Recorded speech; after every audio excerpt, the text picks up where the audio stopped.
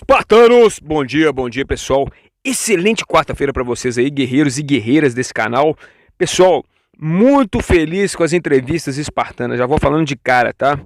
É um processo aí que realmente agora a gente está podendo exaltar o pessoal do grupo espartano da vida moderna, que já existe desde 2019 praticamente. Então, no grupo a gente já contava esses depoimentos, a gente já dividia essas histórias de vida, de superação, de dores, né? E como é que o espartano, o guerreiro, a guerreira do grupo ali, usou a mentalidade ali para poder dar melhorando de vida, né? Para poder passar por cima desses problemas, né? E agora podendo fazer isso formato entrevista, formato podcast, né? Então estou muito feliz aí, gratidão demais aí aos espartanos entrevistados aí, Ferreira, Joanda, Fernanda, Gabriel, Mariana, né, Mirtes. Então semana que vem agora, domingo, vai ter entrevista da Mariana da Soul Fitness, peço para vocês assistirem aí, né? E pessoal, antes de mais nada, já manda aquela bicuda espartana do like aí. Você que não é inscrito no canal, se inscreva no canal, dê um arru no sininho. E é isso, pessoal. Esse canal nunca foi sobre mim, nunca foi só sobre os espartanos. Foi principalmente em relação a esse grupo aí que a gente tá aí, né? E pra gente exaltar esses guerreiros da vida moderna, contar essas lutas diárias, essas batalhas aí, que na verdade ninguém fala, né, sobre isso. Todo mundo vive essas batalhas internas, cotidianas, mas ninguém é aclamado por isso, ninguém é exaltado por isso, né? Somos pessoas normais, somos pessoas que estamos, não somos pessoas que conquistaram várias coisas na vida, né? Mas estamos no meio da luta, estamos no meio do processo, estamos com aquele espírito de guerreiro, buscando a positividade, a mentalidade do bem, principalmente do lado de Deus, né? Então é isso aí, espartamos junto. Introdução aqui. Pessoal, continuando agora a história do Portão de Fogo, Steven Pressfield, né? Então, eu parei no episódio que eu ia com o Cheones ele começar a falar, né? Eu interrompi, né? E fiz uma pequena introdução antes. E agora que ele, né, praticamente saiu da maca ali, dos curativos ali do cirurgião, ele vai realmente começar a falar. E aí a gente vai se atentar à fala de Cheones e principalmente fazendo reflexões em cima disso, né? Bom, então vamos lá. Sempre imaginei como seria morrer. Agora é Cheones falando, viu, pessoal? Cheones, quem é Cheones? Revoltando aí de novo. Quem é Cheones? Cheones é o ilota espartano que estava no meio de Termópilas ali, foi esmagado por um carro ali, né? E acharam que ele estava morto, mas na verdade ele estava vivo ainda, né? E ele o Xerxes pegou ele para entrevistá-lo, para conseguir informações dos espartanos, para adquirir conhecimento, para entender a mentalidade dos espartanos, dos guerreiros, né? Bom, então aí começa o seguinte: sempre imaginei como seria morrer. Havia um exército que nós, do sec do guerreiro, praticávamos quando servíamos de saco de pancadas para a infantaria espartana pesada. Era chamado de carvalho, pois a gente ficava posicionado ao longo de uma série de carvalhos na orla da planície de Otona, onde os oficiais e fidalgos comissionados conduziam seus exércitos de campo no outono e no inverno. Então, praticamente, ele está falando aqui, pessoal, que os ilotas aqui praticamente eram um saco de pancada dos espartanos aqui, né? Os espartanos tinham que treinar aqui e, coitado dos ilotas, eles ficavam ali de cobaia ali, né? Sofrendo ali. E aí ele vai explicando, ó, a gente ficava alinhado ali, era mais ou menos com uns 10 escudos de profundidade, escudos de vime de extensão do corpo firmados ali sobre a terra, né? E as tropas de choque ali dos espartanos ficavam golpeando a gente, né? E eles atravessavam ali também o pântano em linha de batalha, né? 8 de profundidade, a passo que depois do trote e depois finalmente um galope, né? Explicando ali que eles faziam tipo uma manobra ali militar ali de estratégia para causar um impacto, né? Impacto esse que eles sentiam ali, né? Que eram os escudos ali praticamente interfoliados ali, né? Tinha praticamente a intenção de tirar o fôlego deles, né? E acabava conseguindo, né? Era como ser atingido por uma montanha, né? Ele explicando a sensação, né, de treinar com os espartanos ali e de sentir a pressão dos golpes espartanos ali da falange, né? Pesada, né? Então, assim, nossos joelhos, por mais atados que estivessem, curvavam-se como árvores novas antes de um deslizamento de terra. E praticamente em um segundo, em um instante, toda aquela coragem que a gente estava ali, aquela motivação para o treinamento, abandonava nosso coração. Éramos praticamente desraigados ali como caules secos, né? Pela cega do lavrador, né? Então aqui, pessoal, aqui já acaba uma reflexão. E a reflexão é o seguinte: às vezes quando a gente está vendo uma luta de MMA, de UFC, de boxe, né? O lutador tá todo ali, né? Fez aquele treinamento, ficou anos treinando, meses ali, se preparando e tal. Só que de repente, pessoal, mal começou a luta e já entra um golpe ali, sabe? Aquele golpe no meio do queixo ali do cara, que já dá aquela tonteada violenta. E aquilo ali já desestabiliza o psicológico do lutador, sabe, pessoal? Na vida isso acontece demais. Quem de vocês aí já não foi participar de um desafio aí, foi participar de uma prova aí, se preparou bem, né? Teve toda aquela preparação e tal, mas mal começou o evento ali, você escorrega, né? Igual já aconteceu comigo, né? Fui fazer um TAF aí, escorreguei logo no início. Então, assim, é muito ruim, pessoal, quando isso acontece, porque dá uma arrebentada no psicológico. Então, igual ele vai falando aqui, toda aquela coragem ali que tava no coração, ela vai embora. Você sente realmente ali que aquilo ali dá aquela tonteada. E a vida realmente, às vezes, tonteia a gente demais, né, pessoal? Às vezes a gente se prepara muito aí para várias coisas na vida aí, mas de repente vem uma coisa assim que a gente não estava esperando, né? Vem aquele golpe de surpresa, né? E às vezes no início de um projeto ali, que muita gente, né? Quem é persa, porque espartano é diferente, mas quem é persa, quem não tem uma mentalidade muito forte, já desiste logo nesse primeiro obstáculo, né, pessoal? Infelizmente, a pessoa ela tá toda motivada, a pessoa vai fazer academia, compra roupa de academia, compra tênis, paga a inscrição da academia pro ano inteiro, né? Aí vai malhar, no primeiro treino ali já desloca o ombro, por exemplo, né? E aí já dá aquela desanimada, já não quer ir treinar mais, já, você entendeu? E aí a pessoa já desiste, já larga a academia pro meio do caminho, já joga aquele dinheiro das mensalidades no lixo. Infelizmente, pessoal, isso acontece demais. A academia aqui foi só um exemplo, uma analogia que eu fiz aqui, né? Bom, pessoal, mas continuando. Morrer era assim. A arma que me matou nas Termópilas foi a lança de um hóplita egípcio, né, que penetrou sob o plexo da caixa torácica, e a sensação não foi o que eu esperava. Não foi aquela sensação de ser perfurado, mas sim de ser empurrado com uma força violenta, como nós, os parceiros de treinamento, sentimos sob os carvalhos. Então aqui ele está mostrando que praticamente quando ele estava em Termópilas ali, do lado da falange espartana, parece que ele realmente ali, né, tomou realmente uma lança ali no peito ali. Tanto que isso também acaba justificando também o problema do pulmão dele, apesar dele ter ficado embaixo de um carro, né, de guerra também. Então, além desse problema, ele parece que ele tomou, foi ferido aqui por uma lança aqui, né? Então ele descrevendo essa sensação horrível que é ser atingido, né, pessoal? E aí ele vai falando, eu achava que os mortos eram impassíveis, que considerariam a vida com os olhos da sabedoria objetiva. Mas a minha experiência foi oposta. A emoção me dominou. A impressão é de que nada permaneceu a não ser a emoção. O coração doeu como nunca doera. A perda me envolveu com uma dor aguda, subjugando tudo. Vi minha mulher, meus filhos, minha querida prima Diomage, que eu amava. Vi Sky Mandridas, meu pai, Eunice, minha mãe, Bruxios, Decton, suicídio, né, que parece que esse aqui era, se eu não me lembro bem, eram nomes de outros espartanos dele que estavam ao lado de batalha dele, né? Nomes que não significavam nada para sua majestade, né? Mas que eram, na verdade, pessoas ali muito queridas ali, né?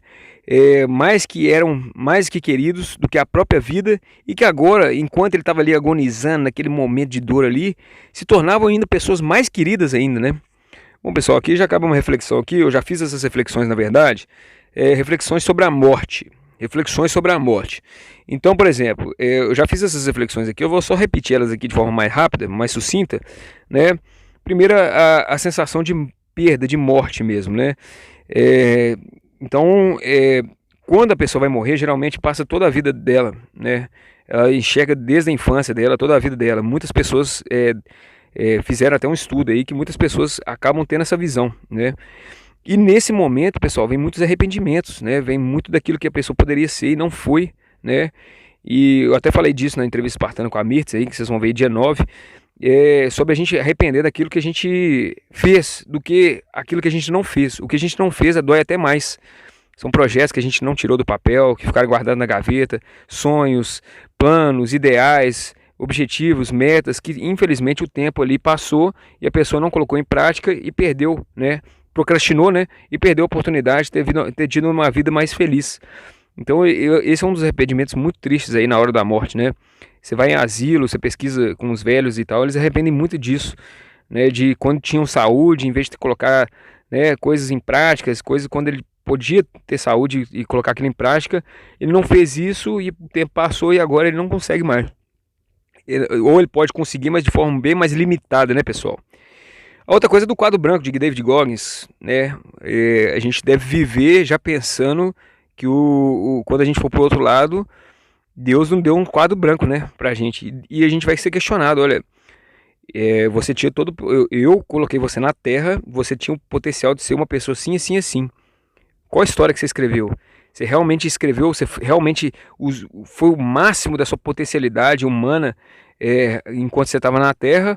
Ou você desperdiçou seu tempo, você procrastinou, você jogou sua energia para lugares errados, para vícios? O que você fez na sua vida, né? E a outra é aquela reflexão também do caixão. São reflexões que eu já fiz aqui no meu canal, só estou repetindo, pessoal.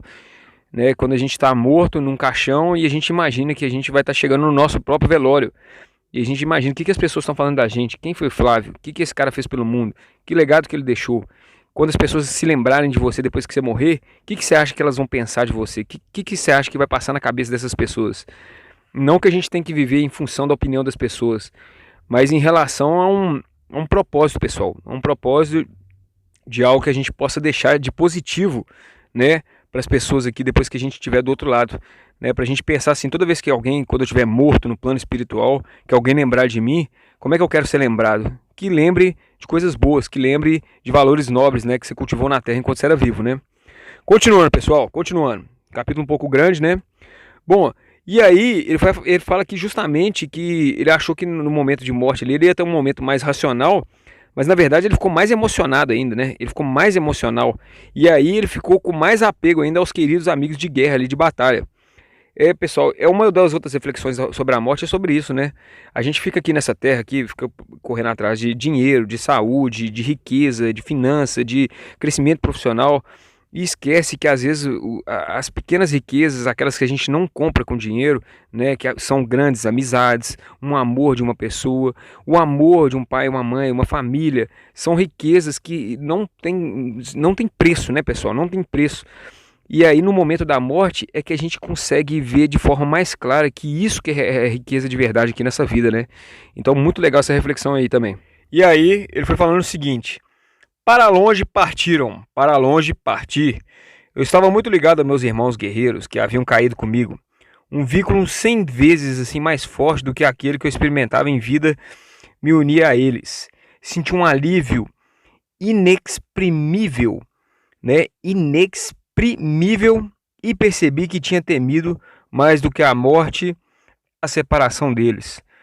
Pessoal, isso aqui me lembra muito de uma questão de um estudo que fizeram na penitenciária lá, onde os presos iam ser condenados à pena de morte. Eles iam ali para a cadeira elétrica, né? E aí, nesse estudo aí que fizeram aí, os presos, só de saber que ele não seria executado sozinho, que iriam outros presos com eles também, iam para o corredor da morte, né? Isso dava uma sensação de mais tranquilidade, de paz, né? E querendo ou não, eles se sentiam acolhidos, se sentiam mais unidos, saber que todo mundo, apesar de ter um destino muito triste, né?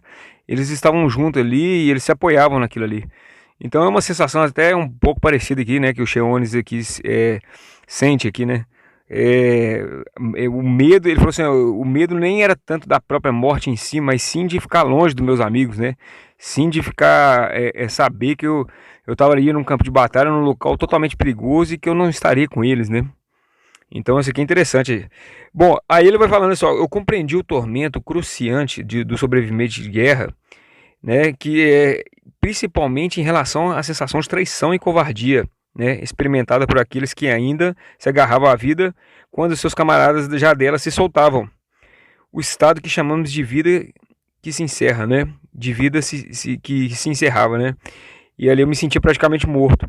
Então aqui, pessoal, a gente vê muita coragem e o propósito tem que estar muito forte, porque é a mesma coisa de falar assim, ó, vocês vão entrar no meio da jaula de um leão, vai ser 5 aí, se vira. E aí sabe aquela coisa assim de, olha, vambora, vai, então vão. E aí de repente só vai você. E aí você se sente que você foi traído. Sabe, é uma sensação de que vocês iam participar de um desafio muito difícil e tal, complicado, mas que você podia contar com a sua equipe e de repente a pessoa dá para trás, a pessoa não vai, você vai sozinho. Você vai encarar a morte sozinho, você vai encarar o desafio sozinho. Você sente que você foi deixado para trás ali pelos seus amigos, você sente que... E isso, infelizmente, acontecia também em Esparta. Tinha os espartanos covardes também, né? E no campo de batalha, que você precisa das pessoas, deve ser pior ainda, né?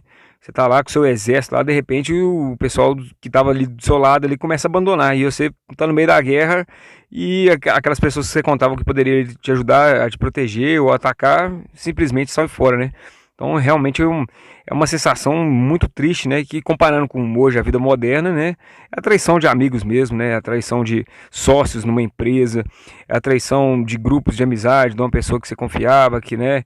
Que você tinha uma gratidão, que você dedicou seu tempo a ela, dedicou toda, né? Os seus valores e tal, e a pessoa simplesmente ela te trai, ela te deixa para trás, ela te deixa num campo de batalha, né? Ou um relacionamento em que o casal se junta para ter um propósito, para ganhar um mundo aí de vida, e de repente no meio do caminho uma pessoa abandona o barco, sabe? Então, e a outra pessoa se vê sozinha com os desafios que vão aparecendo, né? Como assim, né? Eu quero ser feliz do seu lado, mas só se tiver momentos bons. Se tiver num momento ruim, eu vou te largar, vou te deixar, né? Então, infelizmente, pessoal, hoje em dia, na vida moderna, isso acontece direto e a gente tem que estar preparado para isso, tá? Infelizmente, tem pessoas que não estão dispostas a suportar as dificuldades do nosso lado, não. Tem pessoas que não estão, na verdade, nem do nosso lado. Tem pessoas que na vida são fracas. Elas não estão dispostas a enfrentar dificuldade nenhuma. Não suportam fraqueza. Aliás, não suportam passar por momentos de dificuldades, por desafios grandes. Simplesmente são medrosas, não encaram a vida de frente, né? Fica de mimimi, fica procrastinando, é covarde, são fracas, enfim, nada a ver com o espartano da vida moderna, nada a ver mesmo. Bom, continuando, pessoal. E ainda assim,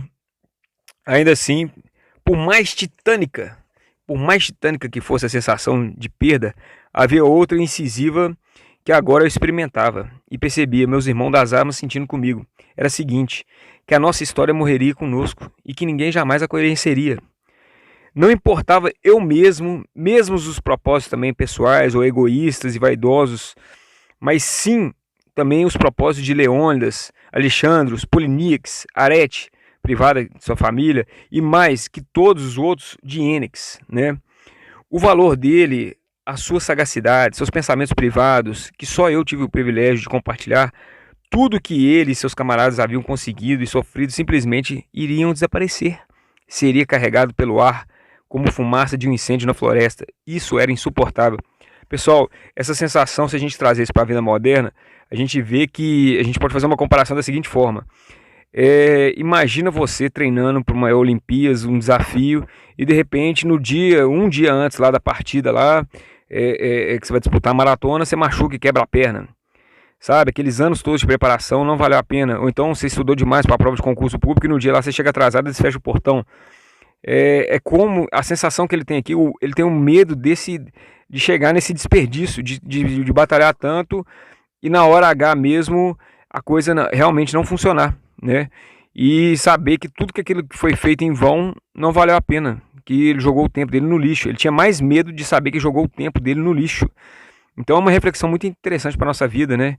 E a gente deve ter esse medo também na vida. Olha, eu incentivando a gente a ter medo. Exatamente. A gente deve ter o medo realmente de passar a nossa vida, né, sabendo que a gente não aproveitou bem o nosso tempo, sabendo que realmente esse esforço nosso às vezes não foi em vão, né? Então, assim, é uma reflexão interessante. Mas eu falo o seguinte, independente das condições adversas da nossa vida, a gente tem que estar com a consciência limpa, né? Você pode ter estudado e às vezes você chegou lá na hora para fazer a prova, o portão foi fechado, então você dedicou demais à prática esportiva para entrar numa maratona e no dia você quebrou a perna, mas você vai ter a sensação da seguinte forma: bom, é desperdício? Depende. Foi desperdício porque você perdeu a oportunidade naquele momento, pessoal. Mas você sempre pode aproveitar, se você continuar na luta, se você não desistir de primeiro, igual eu falei no início do podcast, se você continuar, é porque às vezes não era a oportunidade certa. Muita gente se frustra, eu perdi, eu ia participar e não teve como, deu um problema, alguém interveio, né, alguém se manifestou, alguma coisa deu problema, barraram, teve uma confusão judicial, foi preso, não importa, pessoal, teve um problema de saúde. Resumindo, você não estava apto, você não estava são, mas às vezes é proteção. Às vezes é proteção de Deus isso aí, pessoal. Às vezes a gente não é para adquirir certas coisas em certos momentos. Então, o universo, ele simplesmente nos barra, nos trava, porque vem coisa muito melhor lá na frente. E ele está testando a sua resiliência também de guerreiro, né? Então é assim, se não conseguiu dessa vez, vamos ver se esse cara vai continuar tentando. Ou se ele, nesse primeiro obstáculo que a vida joga, ele já vai desistir. Então é uma reflexão importante para a gente fazer na nossa vida, né? Mas o importante é a gente ter realmente o medo de não ter feito nada, o medo de chegar num momento desse e não ter essa paz de consciência de missão cumprida, que fez a sua parte, né? Quando a gente faz a nossa parte, independente se vai ganhar ou perder, a gente já ganhou por ter a nossa consciência tranquila e a nossa paz mental. Isso vale muito, a nossa paz mental, né? A nossa sanidade mental e a nossa sensação que fez o melhor. Isso vale mais do que ouro, né? Vale até não vale o desafio em si, mas psicologicamente, para nossa mente, vale demais, né? Então, continuando. Tínhamos alcançado o rio, podíamos ouvir com os ouvidos que não eram mais ouvidos e ver com os olhos que não eram mais olhos, o riacho de leite e a hoste de mortos de tão longa agonia, cuja ronda sobre a terra por fim estava chegando ao termo. Estavam praticamente ali retornando à vida, bebendo água, que apagaria toda a recordação de sua existência terrena como sombras, né? Então, assim, você imagina que você está num campo de guerra, pessoal, e primeiro, você está num campo de guerra, você está no meio de uma batalha feroz. Alguns dos seus amigos te deixam na mão, foge, você fica sozinho. E outros que continuam com você, você começa a ver morrendo. E aí você começa a ver seus amigos morrendo um a um. Que dor que deve ser isso, que dor que deve ser, né, pessoal? Realmente aquelas pessoas que você gosta, que você confia, de repente vai morrendo um a um e vai batendo aquele desespero, né? Foi um, foi o outro, daqui a pouco sou eu, né? Então, realmente, psicologicamente falando, pessoal, devia ser muito tenso estar numa batalha dessa como de Termópilas, viu? Não deveria ser fácil, nem tanto para um espartano e muito menos para esse cara aqui, Cheones, que era um ilota, que não tinha uma mentalidade tão blindada quanto a dos espartanos, né? Então, realmente era uma situação muito complicada para ele. E aqui eles vão falando o seguinte: mas nós, das Termópilas, estávamos a uma eternidade de beber a água de leite. Nós lembrávamos um grito que não era um grito, mas somente a dor multiplicada do coração dos guerreiros, todos sentindo o que também não sentia. Todos sentindo o que eu também sentia. Rompeu a cena funesta com uns pactos intolerável e inqualificável. E aí, pessoal, a gente vê que aquele grito que que não pôde ser dado, né? Aquele sofrimento de ver os amigos morrendo, né? E, de certa forma, aquela incerteza de saber se aquele legado, de ter ido lá para as Termópilas, de ter segurado o exército persa, se realmente aquilo ali iria valer a pena, né? Se realmente aquilo ali seria lembrado pela eternidade. E foi, né? Tanto que eu tô aqui hoje, contando essa história para vocês, né? Então, pra gente fechar aqui, a gente vai para essa última página agora. É um podcast, hoje ficou um pouco grande, né? Então, atrás de mim, se é que havia tal coisa, um atrás nesse mundo, em que todas as direções são como uma única, surgiu um fulgor dessa sublimidade, que eu soube, todos nós soubemos imediatamente que só poderia ser um Deus. Então, pessoal, aqui ele está meio que relatando um momento ali dele ali de morte ali, né? Que ele achou que morreu. Quando ele tomou a flechada, foi esmagado pelo caminhão, ele estava em estado inconsciente, então ele estava meio que achando que estava morto, que já estava no Hades praticamente ali, né? Então, são devaneios aqui que ele está tendo aqui, reflexões daquele momento ali. Ele está expressando justamente as sensações que ele estava sentindo naquele momento ali, que ele achou que estava morto, né? Então ele vai falando, Febo, o grande arqueiro, Apolo em pessoa, Apolo, um deus, né? Quer dizer, ele já estava vendo espírito, né? Em sua armadura de guerra, movia-se entre os oficiais espartanos, né? Quer dizer, como se fossem anjos e demônios ali, deuses andando no meio dos mortos ali, né? Nenhuma palavra foi trocada, nenhuma foi necessária. O arqueiro podia sentir a agonia dos homens e eles sabiam, sem falar, que ele, guerreiro e médico, estava ali, né? Para remediá-la. Tão rapidamente que impossibilitou qualquer surpresa. Senti seus olhos na minha direção. Eu, o último que esperaria isso, e então Diênix, ele próprio estava do meu lado, o meu senhor em vida. Eu seria aquele que retornaria e falaria, uma dor tão intensa que as anteriores me dominou. o prazer da vida que até mesmo a chance desesperada buscava de contar essa história pareceram de repente insuportáveis comparado à dor de ter me separado daqueles que eu passava a amar tanto. Pessoal, aqui ele se julga um pouco inferior, né, em relação à presença ali de estar naquele momento ali, é, em relação a estar vivo, em relação a estar vivo. Ele acha que não era merecedor de estar vivo. Ele acha que, por exemplo, o senhor dele, Diênix, que era o senhor dele, aqui já fica claro isso, né? Ele era um ilota e ele era servo de Diênix. Quem era Diênix, pessoal? Braço direito de Leônidas, um dos espartanos mais casca-grossas, mais antigo, né, mais experiente. Então esse ilota era um ilota servo de Diênix, trabalhava para Diênix, né? E ele tinha uma admiração enorme pelo seu mestre, né? Apesar de seu mestre praticamente escravizá-lo, ele tinha uma admiração enorme e lutava ao lado do seu mestre, dando a vida por ele. E ele sentia um pouco de culpa e remorso de estar vivo e o seu mestre não. Olha só para você ver que situação, hein? De tanto que era devoção ao culto espartano ali. Então, por mais que esse Lotas fosse escravizado, a forma como o Esparta fazia lavagem cerebral nos ilotas ali, eles ainda, né, eles deviam ainda tudo a eles, né? Eles, por mais que ele se sentisse escravizado, eles ainda exaltavam esses espartanos. Era até paradoxal isso, né, pessoal? Esquisito, né? Porém, mais uma vez, diante do poder do Deus, nenhuma súplica foi possível. Vi outra luz mais pálida, mais crua, uma iluminação mais tosca e soube que era o sol.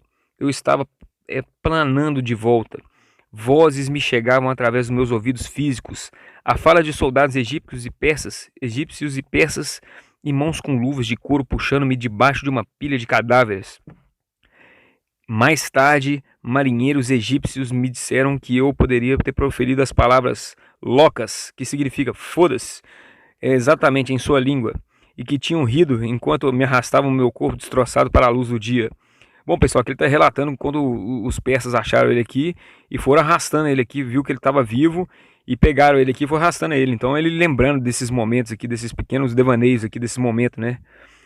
Só que ele fala assim, não, na verdade eu não falei foda-se, eu não falei locas, eu falei enganaram-se, a palavra foi loxias, título grego que se chama respeito ao deus Apolo, ao astuto ou Apolo ardiloso, cujos oráculos apresentavam-se sempre evasivos e oblíquos. E eu estava como que gritando, amaldiçoando-o por colocar essa terrível responsabilidade sobre mim, que não possuía o talento para realizá-la.